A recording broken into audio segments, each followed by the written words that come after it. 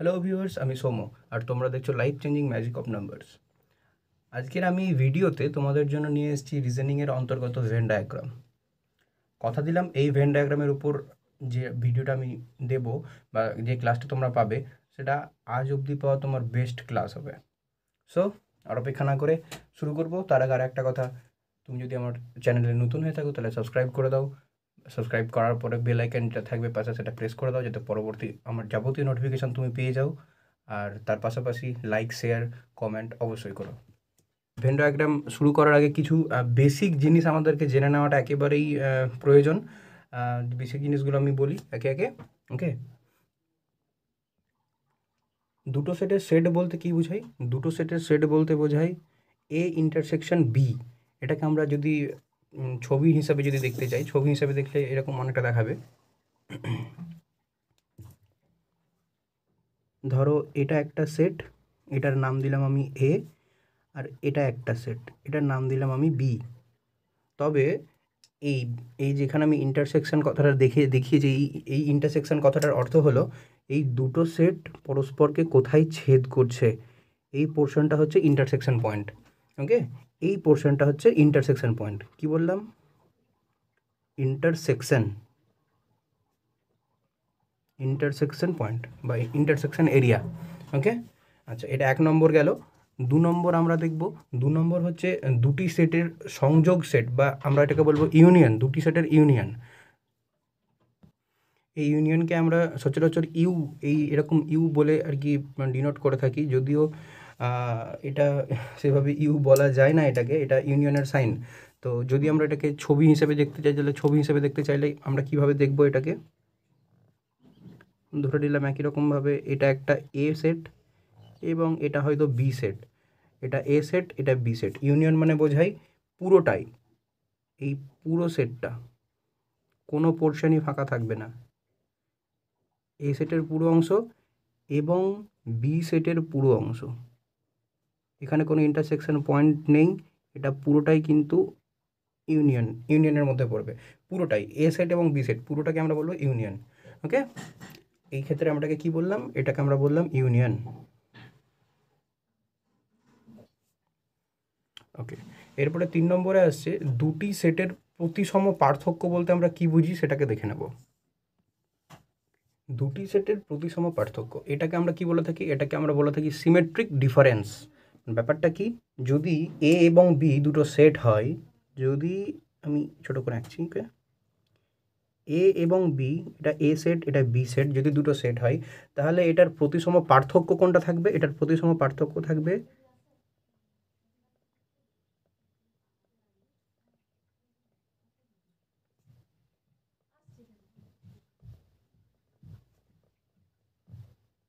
এই জিনিসটা।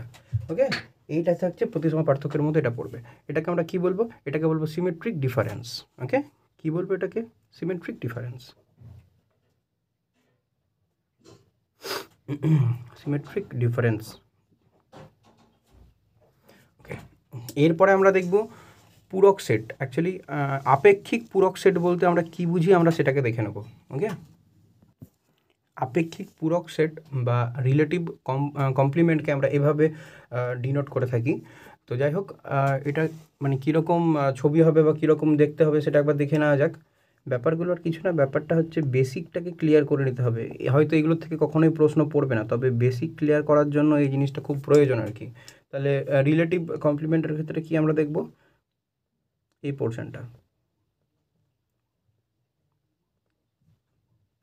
এটা হচ্ছে বি এর সাপেক্ষে সেট এ।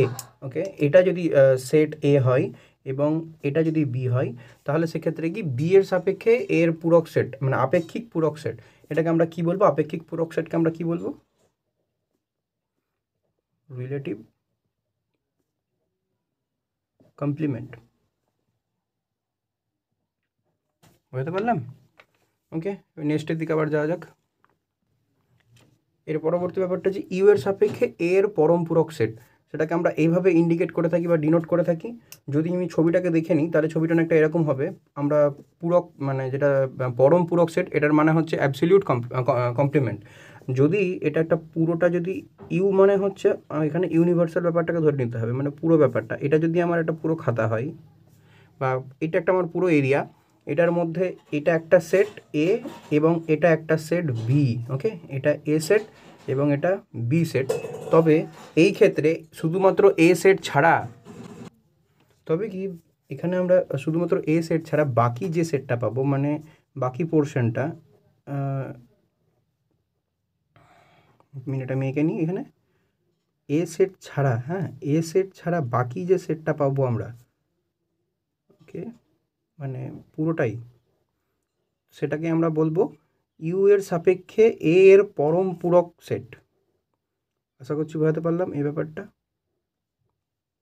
আশা করছি বোঝাতে পেরেছি।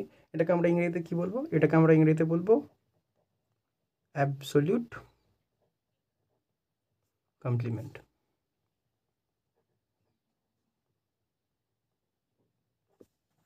ওকে, চলো এবার নেক্সটের দিকে যাওয়া যাক। ওকে, এখানে আমি একটা প্রশ্ন নিয়ে এসেছি। এখানে বলেছে এ বি সি ডি 4 বন্ধু যারা চা পছন্দ করে এবং বি এস ও টি এরা 4জন বন্ধু যারা কফি পছন্দ করে। তাহলে আমরা এটাকে ভেন ডায়াগ্রামের সাহায্যে কী করে বানাতে পারবো? যদি এখানে একটা সেট ধরে নিচ্ছি, এটা হচ্ছে চায়ের সেট আর এটা হচ্ছে কফির সেট, ওকে, এটা হচ্ছে চা প্রেমীদের জন্য আর এটা হচ্ছে কফি প্রেমীদের জন্য, ওকে। এরপরে কি বলেছে? কে কে চা খেতে পছন্দ করে? এ, সি, বি এবং ডি। কিন্তু দেখো এই বি চাও পছন্দ করছে আর কফিও পছন্দ করছে, তাহলে এটা কী চেয়েছে? এটাকে আমরা কি বলতে পারবো? এটাকে আমরা বলতে পারবো ইন্টারসেক্ট পয়েন্ট, মানে এখানে বি হবে।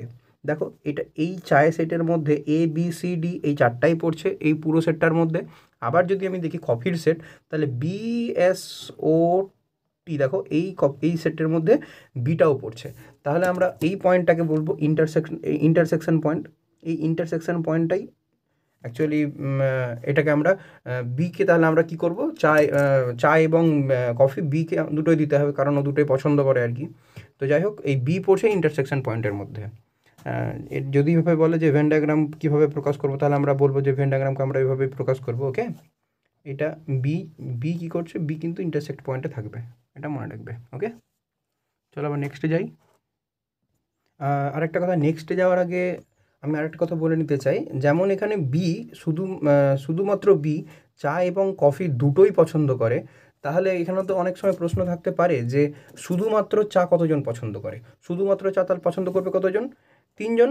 এ সি ডি এরা শুধুমাত্র চা পছন্দ করে, এরা কফি পছন্দ করে না।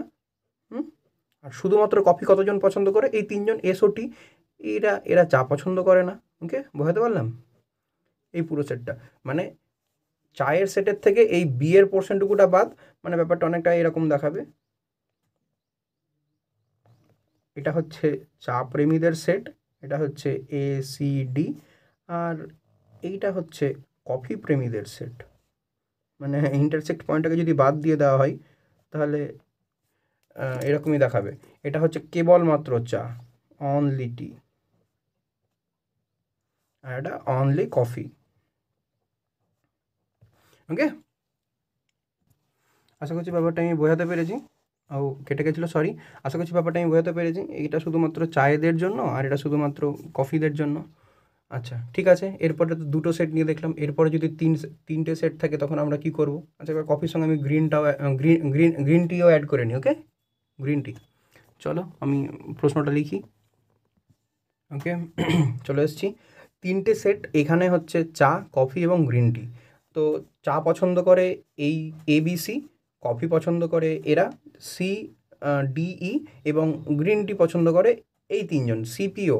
তাহলে বলেছে এদেরকে ভেন ডায়াগ্রামের সাহায্যে ইন্ডিকেট করতে। চলো ইন্ডিকেট করে নিই। আমি 3টে সেট বানিয়ে নিচ্ছি। প্রথমত এটা ধরো ধরে নিলাম চা প্রেমীদের জন্য, ওকে।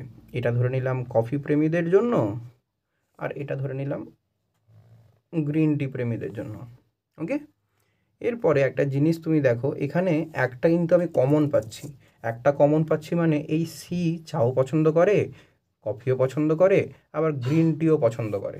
এরপরে তুমি একটু দেখো তো যে এই ছবিটার মধ্যে তিনটাই ছেদ করছে কোন পয়েন্টে, তিনটে সেট ছেদ করছে কোন পয়েন্টে। আমি এখানে একটা দেখো তো ইন্টারসেকশন পয়েন্ট পাচ্ছি না, এই পোর্শনটা।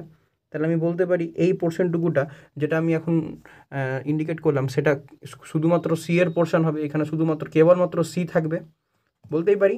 আচ্ছা, এটা যদি আমি চা করে দিই, এটা চা, এটা অনলি, এটা হয়তো চা করলাম, এটা হচ্ছে কফি করলাম, আর এটা হয়তো টি করে দিলাম, গ্রিন টি। ওকে, তো যাই হোক, আমি দেখবো এবার এখানে যদি সি থাকে তাহলে এখানে আমি আর কাকে কাকে রাখতে পারবো, পিকে রাখতে পারবো, ওকে রাখতে পারবো। এখানে যদি সি থাকে কফির ক্ষেত্রে আমি ডিকে রাখতে পারবো, ইকে রাখতে পারবো। এখানে যদি সি থাকে তাহলে আমি আবার, হ্যাঁ, যদি এখানে আবার সি সি থাকে তাহলে আমি এখানে আবার একে রাখতে পারবো আর বিকে রাখতে পারবো। তাহলে আমি এখানে বলতেই পারি যে এই পোর্শনটুকুটা, এই পোর্শনটুকুটা, এই পোর্শনটুকুতে যারা থাকবে তারা কেবলমাত্র চা পছন্দ করে। এই পোর্শনটাতে যে থাকবে তারা কেবলমাত্র কফি পছন্দ করে, এটা বলতেই পারি এই পোর্শনটাতে। আর অ্যাজ ইউজুয়াল এই পোর্শনটাতে যে থাকবে তারা কেবলমাত্র গ্রিন টি পছন্দ করে, বলতেই পারি আমরা এটা। ওকে, চলো তাহলে এই জিনিসটা বুঝতে পেরেছ আশা করি। এরপর আমরা কিছু ইন্ডিকেশন দেখে নেবো যেগুলো খুব প্রয়োজন পড়বে এবং ওটাকে আমাদের মনে রেখে দিতে হবে, ভালো করে বুঝতে হবে কিন্তু। হ্যাঁ, নোট পারলে পরে খাতাতে নোট করে নাও। আর আমি যখনই ক্লাস করাবো এটা অবশ্যই কিন্তু সবসময় খাতাটাকে পাশে নিয়ে বসবে বা সাথে নিয়ে বসবে, নোট আউট করে, মানে নোট ডাউন করে নিতে পারো আর কি সাথে সাথে, খুব সুবিধা হবে। নিজের নোটস নিজেই বানিয়ে নাও। আচ্ছা, এখানে কি বলেছে, এখানে বলেছে অনলি এ, অনলি বি এবং অনলি সি। এখানে আমি যদি এটাকে এ, বি এবং সি সেট ধরে নিই, এটা এ সেট, এটা বি সেট, এটা সি সেট, তাহলে দেখো এইগুলো হচ্ছে কিন্তু একে অপরের ইন্টারসেকশন পয়েন্ট। মানে এই পোর্শনগুলো বাদ দিয়ে এই ফাঁকা জায়গাগুলো, এই যে এই পয়েন্ট, এই পোর্শনটুকুটা, তারপরে এই পোর্শনটা,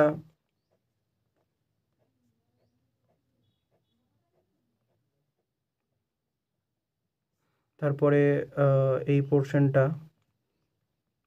এই পোর্শনগুলো কি হচ্ছে, শুধুমাত্র এ, শুধুমাত্র বি এবং শুধুমাত্র সিকে ইন্ডিকেট করছে।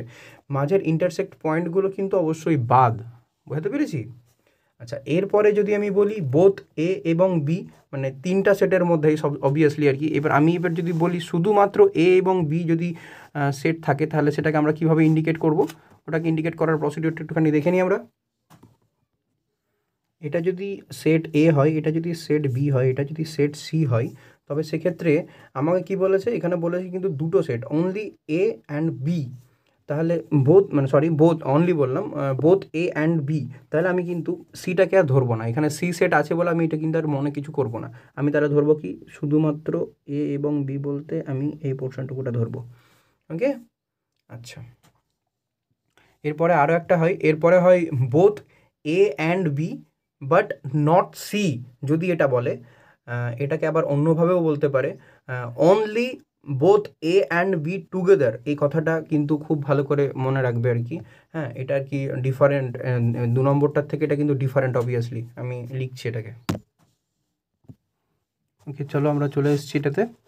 এখানে কি বলেছে দেখো, both A and B but not C. আমরা সিটাকে এবার ধরবো না, both A and B but not C. এটাকে আবার অন্যরকমভাবে বলে, এখানে আবার বলে only both A and B together.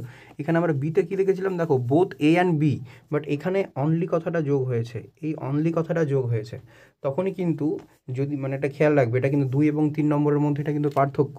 যদি এটা সেট এ হয়, এটা যদি সেট বি হয়, এটা যদি সেট সি হয়, আর যদি শুধুমাত্র বলে যে only both A and B together বা both A and B but not C, তখন কিন্তু আমি এই পোর্শনটুকুটা নেব, আমি সি এর পোর্শনটুকুটা কিন্তু বাদ দিয়ে দেবো। সি এর পোর্শন মানে এই যে এই পার্টটা, এইটুকুটা আমি বাদ দিয়ে দেবো। ওকে, চলো অন্য এবার একটা দিকে যাওয়া যাক। তো চলো আমরা কিছু কিছু প্রশ্ন আগে দেখে নিই, যে এই টাইপের প্রশ্নগুলো কিন্তু আমাদের এক্সামে হামেশাই আমরা দেখতে পাই, 1 নম্বর বা 2 নম্বরের আর কি, মানে একটা কোয়েশ্চেন বা দুটো কোয়েশ্চেন থেকেই থাকে এই ধরনের প্রশ্ন। তো চলো শুরু করা যাক। বলেছে ফ্যাক্টরি, মেশিনারি, প্রোডাক্ট। এইগুলোর মধ্যে আমার তো দেখে মনে হচ্ছে এটা হবে। তার কারণ কি, আমি যে কনসেপ্টটাকে করছি বা যেটা যে বেসিকটাকে লাগিয়ে আর কি করছি, একটা ফ্যাক্টরির মধ্যে মেশিনারি থাকবে আর প্রোডাক্ট থাকবে, এটাকে ফ্যাক্টরি ধরলাম, এটা মেশিনারি, এটা প্রোডাক্ট, তাহলে এখান থেকে বলছে এটা। এরপরে এখানে বলছে window, room and wall. Window, room and ওয়াল। আচ্ছা, একটা উইন্ডো আছে, একটা রুম আছে, একটা ওয়াল। আচ্ছা, এটাই হবে, কারণ একটা, এটা ধরো আমি রুম ধরে নিলাম, আর এটা একটা ওয়াল ধরে নিলাম, এটা একটা উইন্ডো ধরে নিলাম, এটা আর কি। যাই হোক, এরপরে দেখছি, এরপরে হচ্ছে 3 নম্বর হচ্ছে state, country and city. State, country and city, এটা তো এটা হবে, তার কারণ আমি যদি এটাকে একটা কান্ট্রি ধরে নিই, বড়টা একটা কান্ট্রি, তার মাঝেরটা একটা স্টেট, আর ছোটোটা হচ্ছে সিটি। ওকে। এরপরে কি বলেছে, এই কোশ্চেনটা কিন্তু অনেক সময়তে আমরা পেয়ে থাকি, যে কোনো পরীক্ষাতে আর কি দেখি যে, বা প্র্যাকটিস সেট করতে গিয়ে আমরা দেখি যে এই কোশ্চেনটা একটা প্র্যাকটিস সেটের মধ্যে থাকেই থাকে।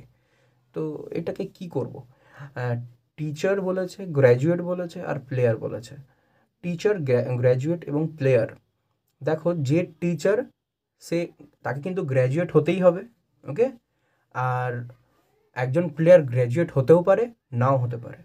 তাহলে আমার এটা কি দেখব, যে একটা টিচার আছে, আবার একজন টিচার কিন্তু একজন প্লেয়ারও হতে পারে, বা একজন প্লেয়ার কিন্তু টিচারও হতে পারে। তো দেখো, প্রত্যেকে কিন্তু একে অপরের সঙ্গে কিন্তু কানেক্টেড কোনো রকমভাবে, তাই না? একজন প্লেয়ার গ্র্যাজুয়েট হতে পারে, একজন প্লেয়ার টিচার হতে পারে, একজন টিচারকে গ্র্যাজুয়েট হতেই হবে, আবার একটা টিচার প্লেয়ারও হতে পারে, আবার গ্র্যাজুয়েট টিচারও হতে পারে, গ্র্যাজুয়েট প্লেয়ারও হতে পারে। তাহলে এদিক থেকে দেখতে গেলে এটাই আর কি সব থেকে বেস্ট অপশন আমার মতে। ওকে। এরপরে লাস্ট আমি 5টা কোশ্চেনে রেখেছি আপাতত এই টাইপের, এরপর আমরা আবার অন্য দেখব। এখানে বলেছে mother, woman and child. Mother, woman and child, তাই তো? দেখো এখানে দেখো, যে মা, আমি ছোটোটাকে মা ধরে নিলাম এবং বড়টাকে আমি ওম্যান ধরে নিলাম, মানে যে মা তাকে কিন্তু ওম্যান হতেই হবে, তাই তো? আর একজন চাইল্ড ওম্যান হতেও পারে, আবার নাও হতে পারে। আবার ওম্যান হলেও, ওম্যান হলেই যে তাকে মাদার হতে হবে এমনও কোনো সিওরিটি নেই। আচ্ছা, ধরলাম এই চাইল্ডের মধ্যে কেউ কেউ আর কি ওম্যান, তাহলে আমি এটা ওম্যানের পোর্শন এটা ধরলাম, আমি এটাকেই চুজ করছি আর কি। তো ওম্যানের পোর্শন এটাকে ধরলাম, আর এটাকে হয়তো চাইল্ড আর কি ওম্যান নয়। তো এটা সব থেকে বেস্ট অপশন। আচ্ছা, এরপর আমরা চলে যাব একটুখানি অন্যরকম অঙ্কে, মানে যেটা অ্যাকচুয়ালি আমাদেরকে দিয়ে দেয় পরীক্ষাতে, যে একটা স্ট্রাকচার দিয়ে দিল, তারপরে হয়তো ত্রিভুজ, বর্গক্ষেত্র এবং বৃত্ত, বা আরও অন্যরকম কোনো একটা রেক্ট্যাঙ্গেল, ট্রায়াঙ্গেল করে আর কি বিভিন্ন রকমের স্ট্রাকচার দিয়ে দেয়, তারপরে বলে দেয় যে এখানে এত সংখ্যক অমুক আছে, এত এত সংখ্যক শিক্ষিত, এত সংখ্যক বেকার, এত সংখ্যক গ্রামীণ, বা এত সংখ্যক প্লেয়ার, বা এত সংখ্যক টিচার, এরকম কিছু কিছু ব্যাপার থাকে। তো আমি ওরকম টাইপের একটা অঙ্ক নিয়ে আসছি, চলো দেখো তাহলে। আচ্ছা, এখানে কি বলেছে, এখানে বলেছে বর্গক্ষেত্র যেটা, এটা বর্গক্ষেত্র, বর্গক্ষেত্রকে আমরা গ্রামীণ হিসাবে ইন্ডিকেট করেছি, যার মানে হচ্ছে বর্গক্ষেত্রের মান হচ্ছে 4, 10, 9 এবং 20। আর তাহলে আমরা বলতে পারি এই বর্গক্ষেত্র ছাড়া বাকি যে দুটো আছে আমাদের কাছে শেপ, সেই দুটো শেপ শহুরে, মানে 8, 12 এবং 15। এই 8, 12 এবং 15 শহর থেকে বিলং করে। কিন্তু তার মধ্যে আমাকে কি বের করতে বলেছে, আমাকে বলেছে শহরে বেকার শিক্ষিত এর সংখ্যা কত। দেখো এখানে যেটা 15 আছে, এই 15টার কি বেকার কিন্তু অশিক্ষিত, কারণ ও শিক্ষিতের আওতার মধ্যে পড়ে না। 8 কি, 8 হচ্ছে শিক্ষিত কিন্তু বেকার নয়। দেখো বেকারের আওতার মধ্যে 8 কিন্তু পড়ছে না, মানে 8 চাকরি করে। একমাত্র 12 আছে যারা বেকার নয়, যারা বেকার কিন্তু শিক্ষিত, এবং ও দেখো গ্রামের বাইরে আছে, মানে শহরে আছে। তাহলে আমাদের এখান থেকে উত্তরটা কত হবে, আমাদের এখান থেকে উত্তরটা হবে 12। বুঝতে পেরেছি? এবার যদি বলে দিত শুধুমাত্র যে গ্রামীণ শিক্ষিত বেকার কত, এখানে যদি চাইতো গ্রামীণ শিক্ষিত বেকার, তখন আমরা শুধুমাত্র এখানে দেখতাম, দেখো গ্রামীণ মানে হচ্ছে এইটা, শিক্ষিত মানে হচ্ছে এটা, আর বেকার মানে হচ্ছে এটা। ইন্টারসেক্ট পয়েন্ট করছে কোথায়, 4কে। যদি শুধুমাত্র বলতো গ্রামীণ শিক্ষিত বেকার, তখন আমরা আবার 4কে বলতাম যে শুধুমাত্র ওখানে 4জনই আছে যারা গ্রামীণ শিক্ষিত বেকার। ওকে। আচ্ছা, চলে এসেছে আমরা নতুন প্রশ্নে। এই স্ট্রাকচারটা একটু ভালো করে দেখো। এখানে প্রশ্ন করেছে গ্রামীণ ছেলে যারা স্কুলে যায় না তার সংখ্যা, তারা কে কে, এবং বা তার সংখ্যা কত, এবং গ্রামীণ ছেলে যারা স্কুলে যায় তাদের সংখ্যা কত। ঠিক আছে, দেখো এখানে বলেছে স্কুলে পড়ছে, মানে এই আয়তক্ষেত্রটা, আয়তক্ষেত্র হচ্ছে স্কুলে পড়ছে, তাহলে স্কুলে পড়া ছেলে মানে কি 4, 3, 5 আর 7, এটা হচ্ছে স্কুলে পড়া ছেলে। আর গ্রামীণ জনসংখ্যা হচ্ছে এই সার্কেলটা, গ্রামের তলায় কে কে থাকছে 3, 2, 6, 5 এবং 8, এরা থাকছে কোথায় গ্রামে। আর যেটা চতুর্ভুজটাতে হচ্ছে কি বয়েজ। চতুর্ভুজের মধ্যে কে কে পড়ছে 4, 7, 3, 3, 2, 5 এবং 8, এটা চতুর্ভুজের মধ্যে পড়ছে। এবং চাইল্ডের মধ্যে পড়ছে 4, 9, 1 চাইল্ডের মধ্যেই পড়ছে এবং 6ও চাইল্ডের মধ্যেই পড়ছে। আচ্ছা, এখানে তুমি যদি অবশ্যই খাতায় প্র্যাকটিস না করলে এটা তুমি বুঝতেও পারবে না ক্লিয়ারলি। তুমি খাতায় ছবিটা আঁকো, আমি যেভাবে বলছি তুমি সেভাবে শোনো, দেখো অবশ্যই বুঝতে পারবে। দেখো এখানে কি বলছে, স্কুল যায় না, তার মানে কি আয়তক্ষেত্র সরে গেল। স্কুল যায় না বলেছে, আমাকে প্রথমে কি বলেছে, যারা গ্রামীণ ছেলে যারা স্কুল যায় না, তাহলে আয়তক্ষেত্র যদি সরে যায় তাহলে কে কে বাদ হয়, 4 বাদ হয়ে যায়, 3 বাদ হয়ে যায়, 5 আর 7, 4, 3, 5 এবং 7, এই 4 জন কিন্তু ওরা আগের থেকেই বাদ হয়ে গেল। ঠিক আছে, তাহলে গ্রামীণ ছেলে যারা স্কুলে যায় তারা কে কে পড়ে থাকলো, তারা পড়ে থাকলো দেখো স্কুলে যাচ্ছে না কারা, 2 পড়ে যাচ্ছে আর 8 পড়ে যাচ্ছে, 2 আর 8। তাহলে গ্রামীণ ছেলে যারা স্কুলে যায় না সেটা হচ্ছে 2 আর 8। এখানে 6 হচ্ছে না, তার কারণ দেখো গ্রামীণ ছেলে বলেছে, এটা কিন্তু 6টা কিন্তু চাইল্ডের মধ্যে পড়ে যাচ্ছে, কারণ ছেলের চতুর্ভুজের মধ্যে কিন্তু এটা নেই, বলেছে গ্রামীণ ছেলে বলেছে, যে কারণে আমি এখানে 2কে নিলাম এবং 8কে নিলাম। ওকে, এরপরে বলেছে কি গ্রামীণ স্কুলে পড়া ছেলে, তাহলে গ্রামীণ স্কুলে কে কে পড়ছে, গ্রামীণ স্কুলে পড়ছে এই চতুর্ভুজটা যেভাবে ধরবো এবং বৃত্ত ধরবো। মানে অ্যাকচুয়ালি এই প্রশ্নটা আমাকে করেছে শুধুমাত্র গ্রামীণের উপরে এবং স্কুলে পড়া ছেলের উপরে।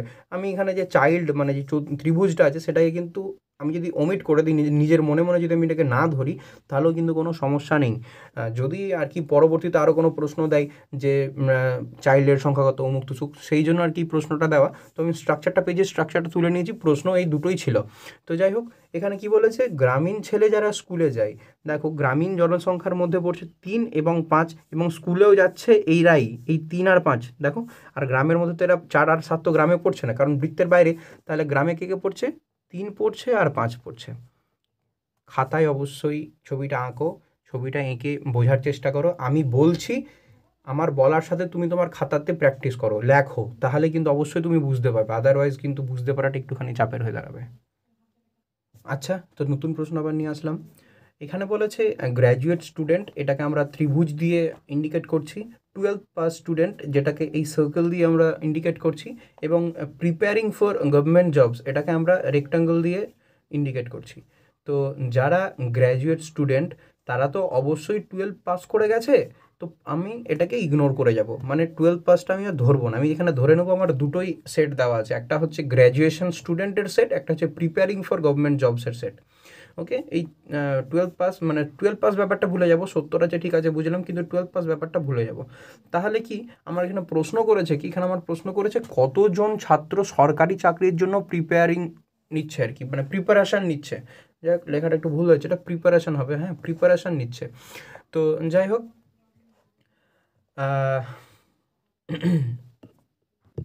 দেখো একটুখানি ভালো করে বোঝার চেষ্টা করো, আমি বোঝাচ্ছি আমার পক্ষ থেকে যতটা সম্ভব আর কি তোমাদেরকে বোঝানো। আমি বেশি না, আমি এটুকু জায়গার মধ্যেই বুঝিয়ে দিচ্ছি। ওকে, দেখো ত্রিভুজের মধ্যে যারা থাকছে তারা প্রত্যেকেই কিন্তু গ্র্যাজুয়েট, ত্রিভুজের মধ্যে যারা থাকছে তারা কিন্তু প্রত্যেকেই গ্র্যাজুয়েট। তাহলে গ্র্যাজুয়েটের সংখ্যা কত দাঁড়াচ্ছে, গ্র্যাজুয়েটের সংখ্যা দাঁড়াচ্ছে 45 প্লাস 70 প্লাস 30, সেটার সংখ্যা হচ্ছে কত 145 জন। তাহলে এখানে 145 জন হচ্ছে গ্র্যাজুয়েট। কিন্তু এদের মধ্যে দেখো 45 জন কিন্তু চাকরির প্রস্তুতি নিচ্ছে না, 45 জন, মানে এখান থেকে আমি 45 বাদ দিয়ে দেবো। তাহলে চাকরির প্রস্তুতি নিচ্ছে তাহলে কতজন, 100 জন যারা গ্র্যাজুয়েট। ওকে, জিনিস এখানে দেখো যে আমরা কতজন প্রিপারেশন নিচ্ছে আর কি এক্সামের জন্য, এখানে দেখতে পাচ্ছি আমরা কতজন দেখতে পাচ্ছি 70 প্লাস 70 প্লাস 30 প্লাস 36, এরা কিন্তু প্রিপারেশান নিচ্ছে। মোট কত দাঁড়ায়, 136 জন দাঁড়ায়, এরা কিন্তু প্রিপারেশান নিচ্ছে। ঠিক আছে, এবং এর মধ্যে কিন্তু 36 জন নন গ্র্যাজুয়েট। দেখো এখানে 36 দেওয়া আছে, 36 জন নন গ্র্যাজুয়েট, মানে আমি দুদিক থেকেই অ্যান্সারটা পেয়ে গেলাম কত 100। আমি দুভাবে এটাকে বোঝাবার চেষ্টা করলাম, এটা ফার্স্ট পার্ট ছিল, এটা ছিল সেকেন্ড পার্ট। তো যাই হোক, সরকারি চাকরির জন্য প্রিপারেশান নিচ্ছে কতজন? 100 জন নিচ্ছে সরকারি চাকরির জন্য প্রিপারেশান। আশা করছি বুঝতে পেরেছো এটা। ওকে, নেক্সটের দিকে মুভ করি। আচ্ছা, নতুন অঙ্ক কী বলছে? একটা পরীক্ষাতে অঙ্কে 60% পাস করেছে, ইংরেজিতে 70% পাস করেছে। যদি উভয় বিষয়ে 50% পাস থাকে এবং 40 জন ছাত্র ফেল করে থাকে কোনো একটা পরীক্ষাতে, তবে মোট ছাত্র সংখ্যা, টোটাল ক্যান্ডিডেট নাম্বার কত? এটা আমরা ভেন ডায়াগ্রাম দিয়ে একেবারে ইজিলি করতে পারি। কী করে করব দেখে নিই। ধরো আমি এখানে প্রথমত দুটো সেট বানিয়ে নিলাম, একটা ম্যাথের সেট আর একটা ইংলিশের সেট। ওকে, ম্যাথের সেটে এটা ম্যাথ, এটা ইংলিশ। ম্যাথের সেটে 60% বলছে পাস আছে এবং এটাতে ইংলিশে 70% পাস আছে। এবং এটা হচ্ছে ইন্টারসেকশন পয়েন্ট, যেখানে বলেছে বোথ স্টুডেন্ট পাস করেছে, এবং বোথ স্টুডেন্ট পাস করেছে কততে? 50%, বোথ স্টুডেন্ট পাস করে আছে। ওকে, তাহলে শুধুমাত্র ম্যাথে বলতে এই ডটেড পোর্শনটাতে কতজন পাস করেছে? এই ডটেড মানে অনলি ম্যাথ পাস করেছে কতজন? অনলি ম্যাথ পাস করেছে 60 থেকে যদি 50% যদি বাদ দিয়ে দিই, পড়ে থাকে 10% অনলি ম্যাথে পাস করেছে। আর এদিকটা যদি আমি দেখতে যাই যে অনলি ইংলিশে পাস করেছে কতজন? 70 মাইনাস 50 মানে 20% অনলি ইংলিশে পাস করেছে। ওকে, এরপরে দেখা যাক। তাহলে আমরা এখান থেকে কি বলতে পারছি? টোটাল পাসিং পার্সেন্টেজ কত? টোটাল পাসিং পার্সেন্টেজ এখানে 50 পেয়েছি, এখানে 10 পেলাম, এখানে 20 পেলাম। তাহলে টোটাল পাসিং পার্সেন্টেজ কত দাঁড়াচ্ছে? 80% দাঁড়াচ্ছে।